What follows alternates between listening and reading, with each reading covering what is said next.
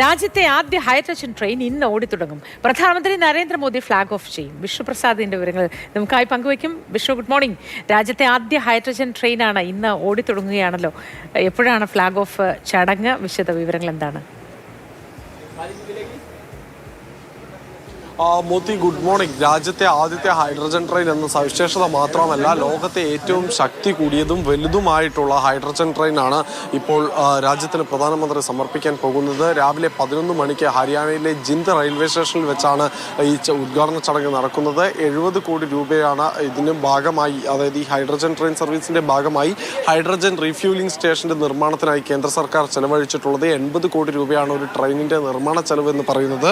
എന്തായാലും ഈ ട്രെയിൻ ഓടിക്കാൻ ഉദ്ദേശിക്കുന്നത് പൈതൃക ട്രെയിൻ റൂട്ടുകളിലൂടെയാണ്. ഇപ്പോൾ ഓടുന്ന ആദ്യത്തെ സർവീസ് എന്ന് പറയുന്നത് ജിൻഡിൽ നിന്ന് സോണിപ്പത്തിലേക്കുള്ള 89 കിലോമീറ്റർ ദൈർഘ്യമുള്ള പാതയിലൂടെയാണ്. 9 സ്റ്റേഷനുകൾ അല്ലെങ്കിൽ 9 സ്റ്റോപ്പുകളാണ് ഈ ട്രെയിനുള്ളത്. ഇത് പദ്ധതി വിജയകരമായാൽ കൽക്ക ഷിംല റൂട്ടിൽ ഉൾപ്പെടെ നമുക്ക് ഇത്തരം ട്രെയിൻ സർവീസുകൾ കാണാൻ കഴിയും. ഇതിൻ്റെ ഏറ്റവും വലിയ പ്രാധാന്യം എന്ന് പറയുന്നത് മലിനീകരണ തോത് വളരെ വളരെ കുറവാണ്. അതായത് ഏകദേശം 0-ത്തിനടുത്താണ് കാർബൺ എമിഷൻ എന്ന് തന്നെ വേണം പറയാൻ. കാരണം ഈ ഹൈഡ്രജൻ ഫ്യൂലിംഗ് സിസ്റ്റം എന്ന് പറയുന്ന ഒരു സാങ്കേതിക വിദ്യയാണ് ഇതിൽ ഉപയോഗിക്കുന്നത്. ഇത് ഹൈഡ്രജൻ സംഭരിച്ച് അതിൻ്റെ ടാങ്കറുകളിൽ സംഭരിച്ച് അത് അന്തരീക്ഷത്തിലെ ഓക്സിജനുമായി ഒരു രാസപ്രവർത്തനം നടത്തി വൈദ്യുതി ഉത്പാദിപ്പിക്കുന്ന രീതിയിലാണ് ഈ ട്രെയിനിൻ്റെ നിർമ്മാണ രീതി എന്ന് പറയുന്നത്. അതുകൊണ്ട് തന്നെ ഇതിൽ നിന്ന് പുറന്തള്ളപ്പെടുന്നത് വെള്ളം, ബാഷ്പം ആയിരിക്കും. അത് കൂടാതെ ചൂടും മാത്രമായിരിക്കും, നീരാവിയുമായിരിക്കും. എന്തായാലും 10 കോച്ചുകളാണുള്ളത്. അതിൽ തന്നെ 2 എണ്ണം പവർ കാറുകളാണ്. ഹൈഡ്രജൻ ടാങ്കറുകൾ ഉൾപ്പെടുന്ന 1200 HP ശേഷിയുള്ള 2 പവർ കാറുകളാണ് ഉണ്ടാവുക.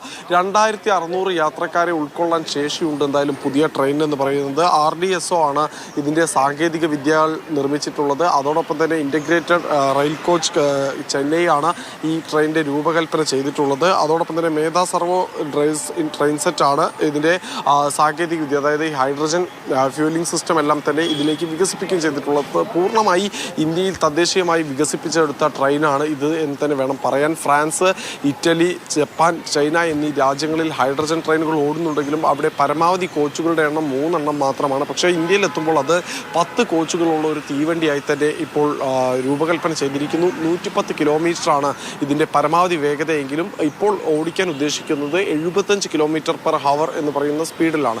എന്തായാലും രാജ്യത്തെ പുതിയൊരു സുപ്രധാനമായ നീക്കം തന്നെയാണ് ഇന്ത്യൻ റെയിൽവേ നടത്തിയിരിക്കുന്നത്. ഹൈഡ്രജനിൽ പ്രവർത്തിക്കുന്ന ട്രെയിൻ അത് ഇന്ത്യയുടെ കാർബൺ ന്യൂട്രൽ എന്ന് പറയുന്ന ലക്ഷ്യത്തിലേക്കുള്ള നിർണായക ചുവടുവയ്പായിട്ടാണ് കേന്ദ്ര സർക്കാരും പ്രഖ്യാപിച്ചിരിക്കുന്നത്. ഈ പാസഞ്ചർ സർവീസിൽ എന്തെങ്കിലും നിബന്ധനകൾ പ്രത്യേകമായി മറ്റു ട്രെയിനുകളിൽ നിന്ന് വ്യത്യസ്തമായി ഉണ്ടോ?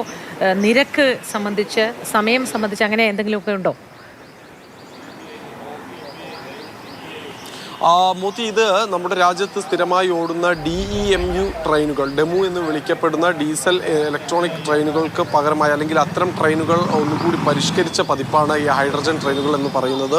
മാത്രമല്ല ഇതിലെ നിരക്കുകളിലൊന്നും മാറ്റം ഉണ്ടാകാൻ പോകുന്നില്ല. പക്ഷേ ഈ ഹൈഡ്രജൻ റീഫ്യൂലിംഗ് സ്റ്റേഷനുകൾ രാജ്യത്താകമാനം സ്ഥാപിച്ചാൽ മാത്രമേ ഇത്തരത്തിലുള്ള ട്രെയിൻ സർവീസുകൾ കൂടുതൽ സ്ഥലങ്ങളിലേക്ക് കൊണ്ടുപോകാൻ പറ്റുകയുള്ളൂ. വൈദ്യുതീകരിക്കാത്ത പാതകളിൽ ആണ് കൂടുതലായി ഇതിൻ്റെ ഉപയോഗം വരിക. അത് പ്രധാനമായും പൈതൃക പാതകളിൽ, നമ്മുടെ നാട്ടിലേക്ക് നോക്കുകയാണെങ്കിൽ ഷൊർണൂർ, നിലമ്പൂർ റൂട്ട് ഉൾപ്പെടെയുള്ള പൈതൃക പാതകളെല്ലാം തന്നെ ഇതിൻ്റെ ഭാഗമായി തന്നെ വരുമെന്ന് പ്രതീക്ഷിക്കാം. അതോടൊപ്പം തന്നെ ഊട്ടി ട്രെയിനുകൾ നമുക്കറിയാം, കാലങ്ങളായി തന്നെ ഏറെ വിനോദസഞ്ചാരികളെ ആകർഷിക്കുന്ന ഇന്ത്യൻ റെയിൽവേയുടെ ഒരു നിർണായക ഭാഗമാണ്. അത്തരം മേഖലകളിൽ കൂടി ഇത്തരം ട്രെയിൻ സർവീസുകൾ ഉണ്ടാകുമെന്ന് തന്നെ പ്രതീക്ഷിക്കാം. ഒരുപാട് സാങ്കേതിക വിദ്യയിൽ വലിയ മുന്നേറ്റം അല്ലെങ്കിൽ വലിയ പരിവർത്തനം നടത്തിയിട്ടുള്ള ഒരു ട്രെയിൻ സർവീസാണ് ഇത് എന്ന് തന്നെ വേണം പറയാൻ. സുരക്ഷാ ക്രമീകരണങ്ങളൊക്കെ അന്താരാഷ്ട്ര നിലവാരത്തോട് കിടപിടിക്കുന്ന രീതിയിൽ തന്നെയാണ് ഒരുക്കിയിട്ടുള്ളത്. എന്തായാലും നിലവിലുള്ള ട്രെയിൻ സർവീസുകളെ, ഡെമു സർവീസുകളെ ഒന്നുകൂടി പരിഷ്കരിച്ച പതിപ്പാണ് ഹൈഡ്രജൻ ട്രെയിനുകൾ എന്ന് തന്നെ വേണം പറയാൻ. എന്നിരുന്നാൽ തന്നെയും ഇതിന്റെ ഏറ്റവും വലിയ സവിശേഷതയായി പറയുന്നത് ഇതിന്റെ കുറഞ്ഞ മലിനീകരണ തോതാണ്. ഏറെക്കുറെ ഇല്ല എന്ന് തന്നെ പറയാം, മലിനീകരണം ഇല്ല എന്ന് തന്നെ വേണം. എന്തുകൊണ്ടും വലിയൊരു മുന്നേറ്റമാണ് ഇന്ത്യയുടെ ഭാഗത്ത് നിന്ന് ഉണ്ടായിരിക്കുന്നത് ഈ ഹൈഡ്രജൻ ട്രെയിനിലൂടെ എന്ന് വേണം പറയാൻ.